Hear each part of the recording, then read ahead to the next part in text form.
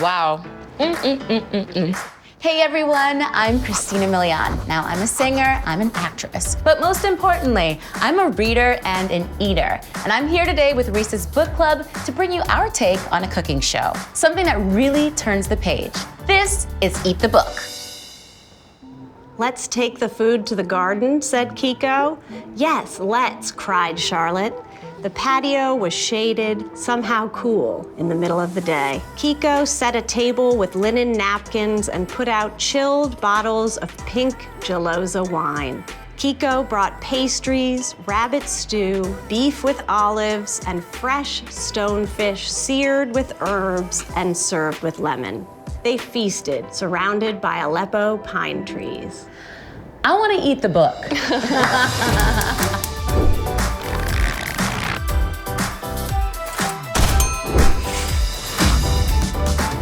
Now today, joining me, I have author Amanda Eyre Ward and I have chef Sara Kramer. Now you might remember Amanda as the author of our March 2020 pick, The Jetsetters.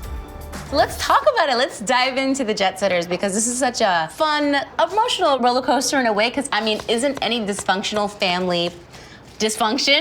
Yes, absolutely. Especially a vacation and you haven't spent that much time together. I mean, we all can relate in some way or another. Big time. So The Jetsetters is about a woman named Charlotte Perkins. She's 70 years old, she was a single mom to 3 kids, and she's maybe hoping for some adventure and love when she drinks a little too much Chardonnay and submits a sexy essay to the Become a Jetsetter contest. When she wins the contest, she takes her 3 adult kids on the adventure of a lifetime. There's Cord, who's the oldest son. He's got a fiance, Giovanni, but he hasn't come out yet to his mother, who's Catholic.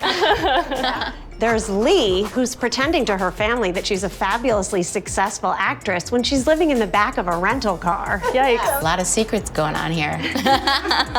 And then there's Reagan, who's married to the wrong guy, this dud named Matt, with 2 kids. I mean, they all have a lot of baggage, literally and figuratively. Everybody has secrets from each other, and they've never really been honest. And then I trap them on a vacation in the Mediterranean.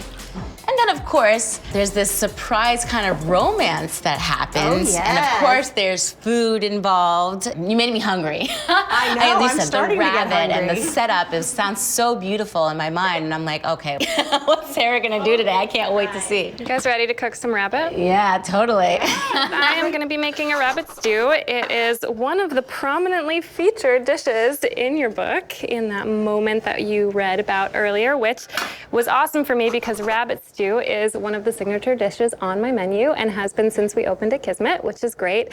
And what's funny about that and family dysfunction is that my mom refuses to eat it. Really? Yeah, my mom won't eat it. Is she vegetarian? No, she just won't eat rabbit. She had a special connection to one as a child. She just refuses to eat it. So for those of you who feel the way that my mom does, you can sub chicken, you can sub fish, it's fine, but I like it with rabbit.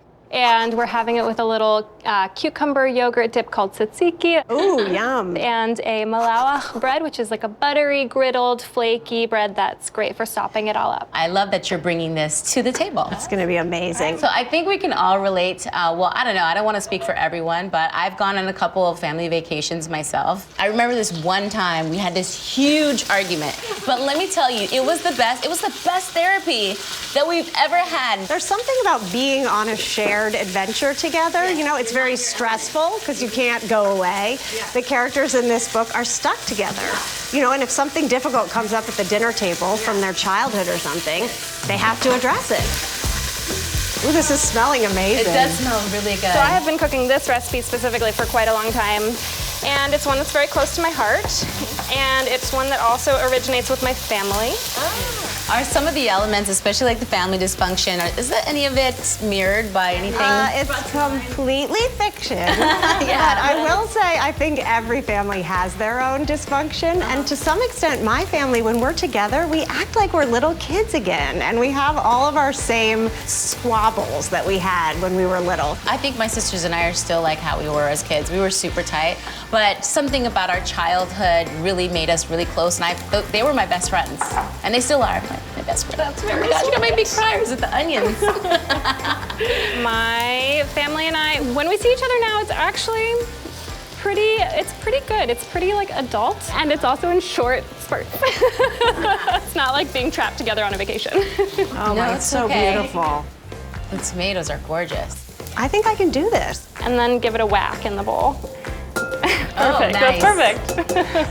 There it is. You're cooking. We're about to make the tzatziki. Pump it up. All right. See how, oh yeah. Look at that. That's what we My want to goodness. Gorgeous. Love it. Easy. So easy. Wow. Wow.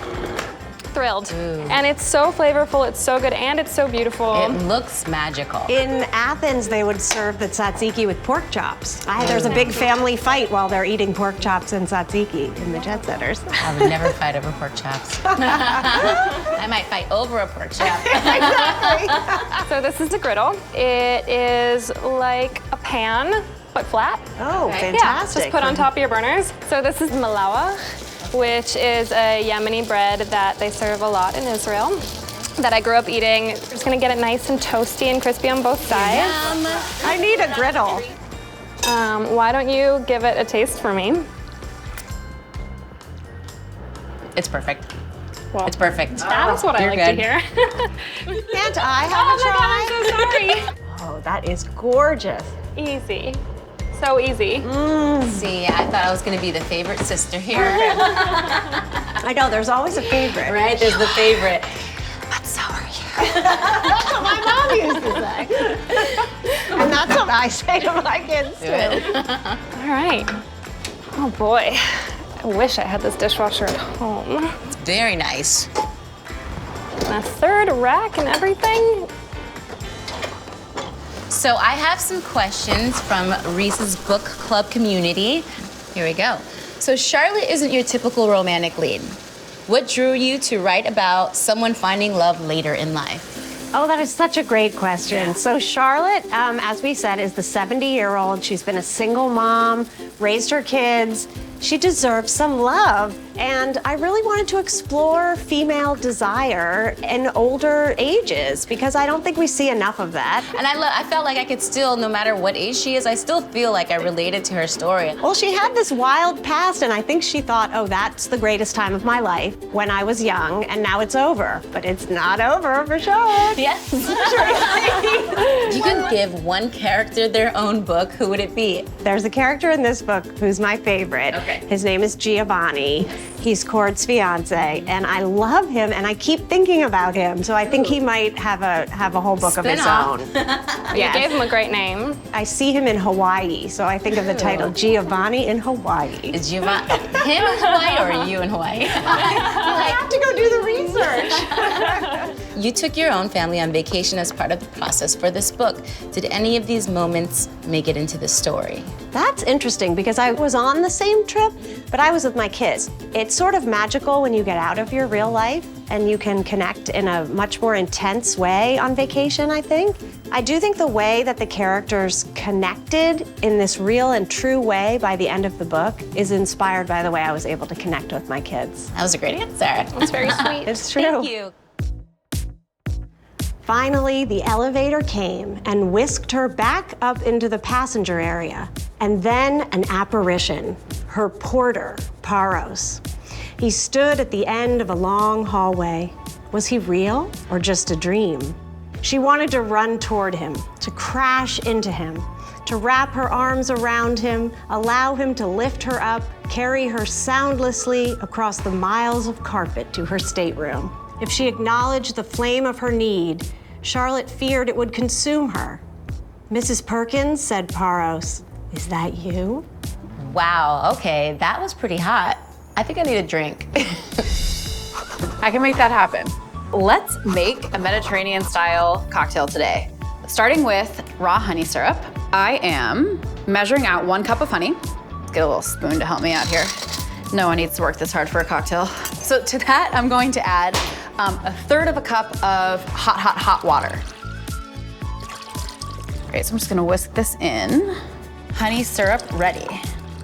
Okay, great, let's make the cocktail. So, first up, roasted lemon juice. So super easy to make. You take the lemons, cut them in half, Stick them in the oven at 425 for about 15-20 minutes until they get kind of golden brown, and juice them like you would juice any lemon. I'm gonna add an equal measure of my honey syrup. Dry vermouth. And then I'm going to add a little bit of vodka. Last ingredient, ouzo. Ice, of course. Shake her up. I'm gonna use a fine strainer here to get all those little ice chips out. Fresh thyme sprig, and there we have it. Cheers, ladies. All right, and let's have a toast to the Perkins family. Cheers, Perkins. Yes, cheers. Hey. I can drink that. Oh my goodness. It's very nice. You ready to eat? It's homey. I feel like I'm back in Malta. And rabbit is really good. Wow. Oh, that bread. Fantastic. Wow. And this tzatziki, by the way, it's like nice and cool. It's such a perfect mix. Thank you so much for joining us. This was fantastic. Thank you, Amanda. The Jetsetters is just so much fun. And thank you, Sara, for this flavor journey that we have gone through. And Devin, so fantastic. And thank you, KitchenAid. Make sure you follow Reese's Book Club so you can get some more ideas for your book club. We hope you love this as much as we love the book. Oh my gosh. Okay, this is great. I feel like a jet setter now.